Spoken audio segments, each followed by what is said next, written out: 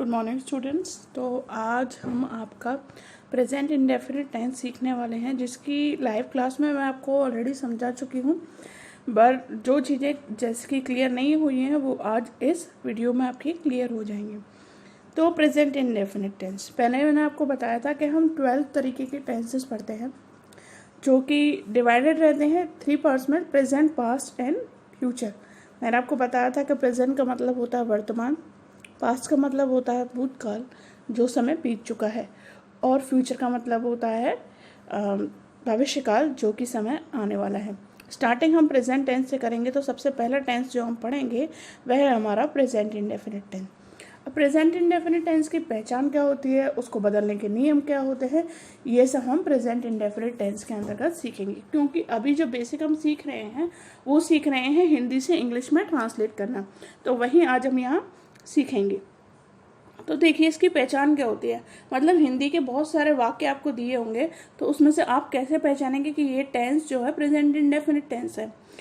ऐसे पहचानेंगे हम कि वाक्य के अंत में क्रिया के साथ ता है, ती है, ते है, ताहू आदि हो, वह वाक्य प्रेजेंट इंडेफिनिट टेंस कहलाता है।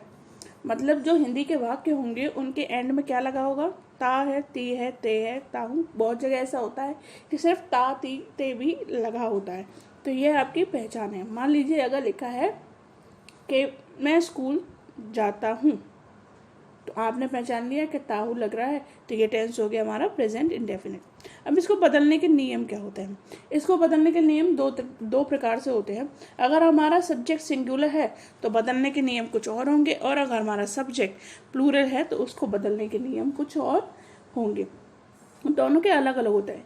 बेसिकली जो फॉर्मेट है वो तो यही है कि subject plus verb plus object, ठीक है। लेकिन इसमें कुछ चेंजेस हैं, सिंगुलर में कुछ और चेंजेस हैं, प्लूरल में कुछ और चेंजेस हैं। प्रेजेंट इंडेफिनिट टेंस की 2 हेल्पिंग वर्ब होती हैं, एक तो डू और दूसरा डस। तो सिंगुलर के जो हम हेल्पिंग वर्ब यूज करते हैं वो करते हैं डस।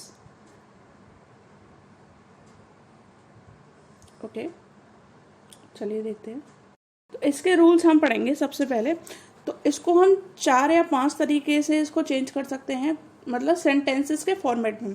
एक सेंटेंस होता है affirmative, negative, interrogative, interrogative negative, middle interrogative. तो ये इसकी पॉसिबिलिटीज है कि इस तरीके से टेंसेस के सेंटेंस बन के आ सकते हैं। माने कितने रूप से बन के आ सकते हैं, वो जितनी पॉसिबिलिटीज हैं उतने तरीके के रूल्स मैंने यहाँ पे लिख दिए हैं। अगर जो सेंटेंस है वो बिल्कुल साधारण होगा, साधारण से मतलब है अफर्मेटिव में, मतलब उसमें कोई कॉम्प्लिकेशन नहीं होगी, ना तो उसमें नहीं लग रहा होगा, ना उसमें क्वेश्चन हो रहा होगा, ठीक है। सीधे सीधे बात वो कह रहा होगा कि ऐसा है, ऐसा है, ठीक है। जैसे अगर मैं बोलती हूँ वह स्कूल जाता है, मैं खाना खाता हूँ, पिताजी अखबार पढ़ते हैं, तो इसमें जो है कोई कॉम्प्लिकेशन नहीं है। तो इस तरीके के जो सेंटेंसेस होते हैं उसमें हम ये देखेंगे कि हमारा सब्जेक्ट प्लूरल है या सिंगुलर। सबसे पहले हम यही चेक करेंगे, सिंगुलर सब्जेक्ट के ये इस तरीके से और प्लूरल के इस तरीके से, दोनों ही सेम है, कुछ कुछ चेंजेस हैं। तो अफर्मेटिव के सेंटेंसेस जो होते हैं उनको हम कैसे बदलते हैं? अगर हमारा सब्जेक्ट सिंगुलर है, अगर हमारा सब्जेक्ट सिंगुलर है तो हम क्या करते हैं इसमें, सॉरी एक सेकेंड जी, अगर हमारा सब्जेक्ट सिंगुलर है तो हम इसमें ये करते हैं आपका कि सब्जेक्ट सबसे पहले आएगा हमारा, उसके बाद आएगी वर्ब की फर्स्ट फॉर्म, फिर एस और ई एस लगाएंगे। कब लगाएंगे? जब हमारा सब्जेक्ट सिंगुलर होगा। सिंगुलर से मतलब ही, शी, इट, ये तो होते ही हैं प्रोनाउन। बाकी किसी भी नाउन का नाम यहाँ पे दिया होगा तो हम वर्ब के साथ में एस और ई एस लगाएंगे, सिर्फ सिंगुलर सब्जेक्ट के साथ में, ठीक है। फिर उसके बाद में लगा देते हैं ऑब्जेक्ट। मान लें अगर मैंने बोला मैं स्कूल जाता हूँ, तो सब्जेक्ट हो गया आई, तो ये प्लूरल है, तो हम इसके लिए क्या करेंगे, प्लूरल का देखेंगे। तो इसमें क्या करेंगे हम, सब्जेक्ट है हमारा आई, स्कूल जाता हूँ, तो इसमें क्रिया क्या हो रही है, जाने की। तो यहाँ आएगी वर्ब की फर्स्ट फॉर्म। वर्ब की इंग्लिश क्या है, क्रिया की इंग्लिश, जाने की इंग्लिश हो गई गो। क्योंकि यहाँ सिर्फ फर्स्ट फॉर्म आएगा तो हम लिखेंगे गो टू स्कूल। मैं एक बार आपको लिख के बता देती हूँ, एक सेकेंड, ठीक है। अगर जैसे मैं आपको बोला कि मैं स्कूल जाता हूँ, तो मैं यहाँ लिखूंगी आई गो टू स्कूल, ठीक है। तो ये मैंने यहाँ पे आपको लिख के बता दिया, मैं स्कूल जाता हूँ का। ये क्योंकि आई को हम प्लूरल सब्जेक्ट में ही काउंट करते हैं, इसलिए हमने यहाँ पे प्लूरल वाला रूल लगाया है। ठीक है, अगर हमारा जो सब्जेक्ट है वो सिंगुलर होगा तो देखिए मैं आपको बताती हूँ कैसे। सेम ही सेंटेंस लूँगी मैं अगर बोलूँ कि वह स्कूल जाता है, तो सबसे पहले आएगा हमारा सब्जेक्ट वह की इंग्लिश क्या हो जाएगी, ही। फिर आएगा हमारा वर्ब, और वही क्रिया क्या है, जाने की, तो उसमें आएगा गो। अब क्योंकि हमारा जो सब्जेक्ट है वो सिंगुलर है तो हम यहाँ पे ई एस या एस लगाएंगे, लेकिन गो के साथ में हमें ई एस की ज़रूरत है तो हमने ई एस लगा लिया। फिर उसके बाद में ही गोज़ टू स्कूल। किसी भी दिशा में जाने से पहले, किसी दिशा में आप जा रहे होते हैं तो आपको प्रीपोजिशन टू लगाना होता है उससे पहले। ठीक है, तो ये तो थे एफर्मेटिव। अब नेगेटिव हम इन्हीं दोनों टेंसेस का ही करेंगे। इसके बाद मैंने अभी आपको बताया ही गोज़ टू स्कूल। अगर ये नेगेटिव होता, माने वह स्कूल नहीं जाता है, ठीक है, तो किस तरीके से करते, he does not go to school. Simple. Helping verb लगाएंगे और नॉट लगाएंगे। क्योंकि यहाँ पर डज में ऑलरेडी ई एस लग गया है, इसलिए हमको वर्ब में अलग से ई एस लगाने की ज़रूरत नहीं है। ठीक है, जहाँ जहाँ हेल्पिंग वर्ब लगेगा वहाँ हमारी वर्ब में ई एस नहीं लगेगा। अब नेक्स्ट देखो, इंटेरोगेटिव। ठीक है, सेम इंटेरोगेटिव। अब आपसे पूछे क्या वह स्कूल जाता है, तो does he go to school, question mark. ठीक है, इसके बाद आपसे पूछेगा क्या वह स्कूल नहीं जाता है, मतलब क्वेश्चन तो पूछ ही रहा है, साथ में नेगेटिव भी पूछ रहा है, तो हम क्या लिखेंगे, does he not go to school. ठीक है, तो ये हमने इसको चेंज कर दिया। अब एक और प्रश्न बनता है, मिडिल इंटेरोगेटिव। एम आई का मतलब होता है मिडिल इंटेरोगेटिव, माने जो क्वेश्चन वर्ड जो होते हैं हमारे, जिनकी सहायता से हम प्रश्न पूछते हैं, ठीक है, वो कहाँ पे होंगे, बीच में। हिंदी का जो सेंटेंस होगा, अभी तो हमने ये पढ़ रहे हैं कि क्या वह ये करता है, क्या पिताजी ये करते हैं, ठीक है, लेकिन जब ये क्या अगर बीच में आ जाए तो उसका सेंस चेंज हो जाएगा। ठीक है, उसमें हम अलग तरीके से चेंज करते हैं। उसमें क्या चेंज करते हैं कि सबसे पहले जो हमारा क्वेश्चन वर्ड है उसकी इंग्लिश आएगी, उसके बाद हमारी हेल्पिंग वर्ब आएगी। अब तक तो हम सिर्फ हेल्पिंग वर्ब से काम चला रहे थे।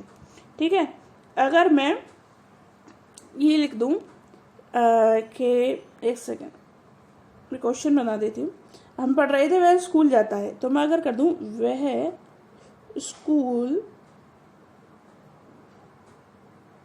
क्यों जाता है। ठीक है, मैं इसको अगर बोल दूँ तो हम इसको इसके अकॉर्डिंग चेंज करेंगे। तो सबसे पहले क्वेश्चन वर्ड क्या है, क्यों। क्योंकि इंग्लिश हिंदी में सॉरी हिंदी की इंग्लिश क्या होगी, क्योंकि वाई। फिर उसके बाद क्या आएगी, हेल्पिंग वर्ब डज।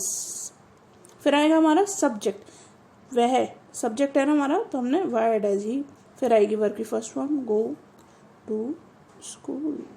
ठीक है, तो ये हो गया हमारा change, why does he go to school. तो इस तरीके से हम इनको करते हैं। अब हमारे सिंगुलर वाले हो गए, अब हम प्लूरल को देखते हैं। चलो, प्लूरल का अफर्मेटिव मैं आपको करा चुकी हूँ। नेगेटिव देखते हैं, वही मैं स्कूल जाता हूँ का मैं स्कूल नहीं जाता हूँ, नेगेटिव हो गया अब ये। तो आई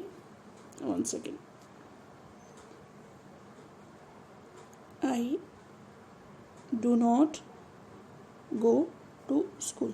सब बिल्कुल वैसा ही है, बस हेल्पिंग वर्ब डस की जगह क्या लग जाएगी, डू। और फिर अगर वो पूछे कि क्या मैं स्कूल जाता हूँ, तो क्या हो जाएगा, do I go to school, question mark. ठीक है, ये हो गए आपके नेगेटिव और इंटरोगेटिव। अब देखते हैं इंटरोगेटिव, नेगेटिव और मिडिल इंटरोगेटिव। ठीक है, वही क्या मैं स्कूल नहीं जाता हूँ, तो do I not go to school. और सेम जैसे हमने ऊपर किया था ना, वह स्कूल क्यों जाता है, ऐसे ही हम यहाँ पे बना देंगे कि मैं स्कूल क्यों जाता हूँ, तो सबसे पहले आएगा क्योंकि इंग्लिश क्या हो जाएगी, why do I go to school. इस तरीके से हम इनको चेंज करते हैं, ठीक है। चलिए आगे देखते हैं। ये इसमें आपको ट्रांसलेशन मैंने आपको कॉपी में करने के लिए भी बोला था, एक बार हम इनको देखते हैं। वे तुम्हारी प्रशंसा करते हैं, इसमें दे प्रेज यू या फिर दे अप्रिशिएट यू, दोनों ही आ सकते हैं। प्रशंसा करना, तारीफ करने का प्रेज और अप्रिशिएट दोनों होते हैं। अब देखिए यहाँ पे वे क्योंकि प्लूरल है इसलिए हमने यहाँ पे वर्ब की फर्स्ट फॉर्म में एस और एस नहीं लगाया है। फिर सूर्य पूरब में उदय होता है, उदय होना माने उगना, sunrises in the east. Pushpa शोर नहीं करती है, पुष्पा सिंगुलर है इसलिए हमने हेल्पिंग वर्ब चूज करी does. Pushpa does not make noise. हम उन्हें नहीं जानते, हम माने वी होता है प्लूरल इसलिए हमने हेल्पिंग वर्ब चूज करी do. We do not know them. वह इस विषय में कुछ नहीं जानता, ये थोड़ा अलग है, थोड़ा बड़ा है। वह क्योंकि सिंगुलर है तो helping verb I does not. He does not, जानने की इंग्लिश होती है KNW नो, और कुछ नहीं की एनीथिंग, और इस विषय का मतलब हो गया about this matter. He does not know anything about this matter. क्या तुम मेरी शिकायत करते हो, do you complaint about me.